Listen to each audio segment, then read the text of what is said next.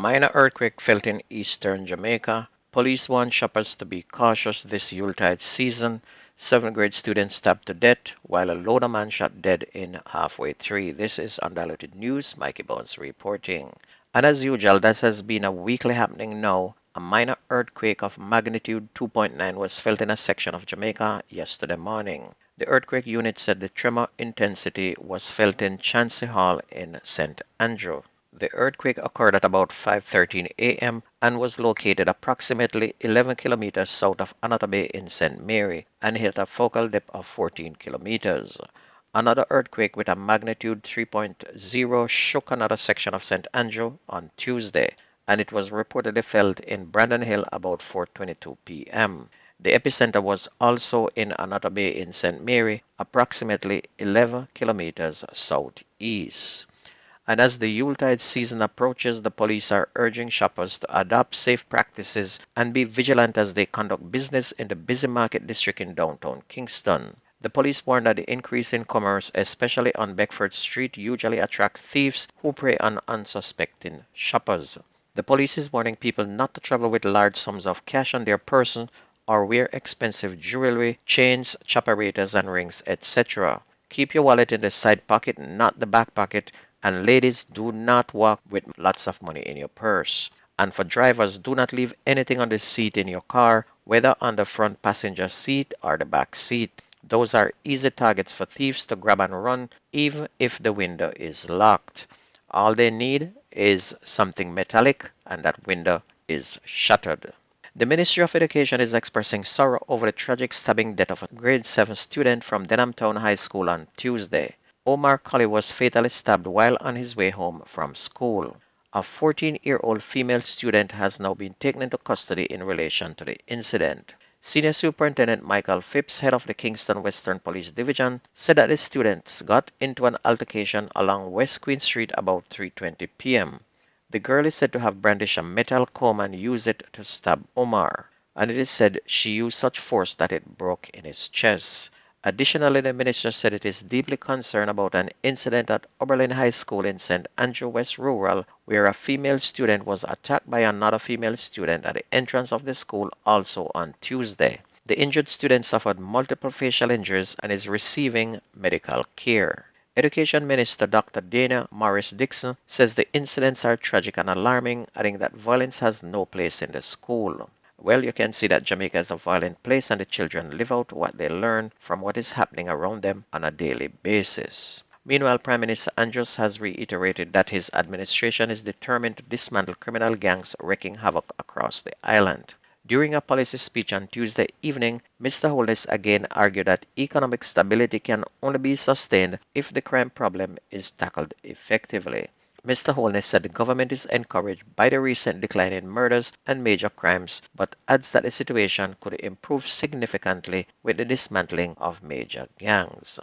The Jamaica Teachers Association has raised concern about access to education for some children living in areas where primary schools have been shuttered due to underpopulation. JTA President Dr. Mark Simmet said some parents may not be able to afford the cost of transportation to send their children to other schools when those schools are closed.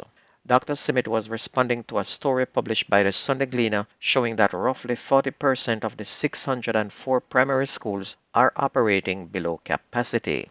Speaking yesterday morning on TVJ's Smile Jamaica, he said more schools could be closed if there continues to be low enrollment. He said they are thinking about providing buses for students who would have to travel far, but is also concerned that most of the roads are unfit for travel and people will not want to drive buses on those bad roads.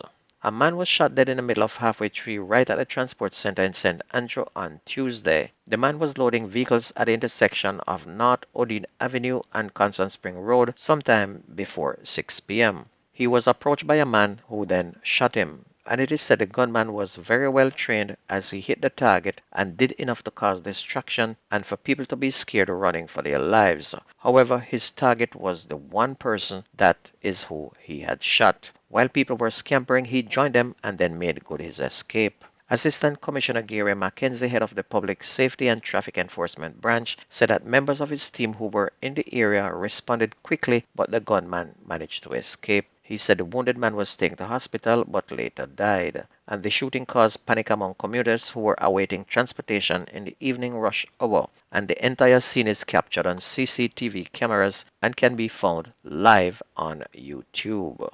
Onto sports, the Reggae Boys head coach Steve McLaren said that the team must adapt quickly to modern systems if they are to qualify for the 2026 FIFA World Cup. And his comments came after the Reggae Boys were knocked out of the CONCACAF Nations League at the quarterfinal stage, beaten 4-2 by the United States in their second leg match at the City Park Stadium in St. Louis, Missouri on Monday night. McLaren said the team must improve quickly in certain areas if they are to compete with the best teams in the region as well as internationally. The defeat means that the Reggae Boys also miss out on automatic qualification for the 2025 Gold Cup and will now move to a playoff group and will face St. Vincent and the Grenadines next to secure qualifications. However, it is a puzzle what the coach means by modern system, as anywhere in the world you go, the football rules are the same. So what he's saying makes no sense. The US just came out, played a better brand of football in the first half of the game, and that made a lot of difference. That is all that it was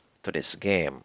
Mona High and Excelsior High are through to the semifinals of the Walker Cup following a quarterfinal win at the Stadium East yesterday. In the second game of a doubleheader, soon to be dethroned Manning Cup champions Mona, they had a comfortable 3-0 win over San Diego.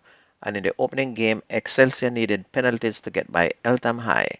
After a goalless 90 minutes, Excelsior held their nerves to advance 7-6 on penalties. The remaining semifinalists will be decided today at Stadium East when Campion College take on St. Andrew Technical High School at 2 p.m. and Tivoli Gardens will battle Wolmer's Boys at 4:15. And for the country schools, Ben Francis knockout quarterfinals will take place today. Will find Central facing Clarendon College. Monroe will face Denby. Frome Tech will face Manchester, while Stets and Cornwall College will do battle at Landilo Sports Complex. And that's going to be news and sports on your favorite radio. My name is Mikey Bones. I gone.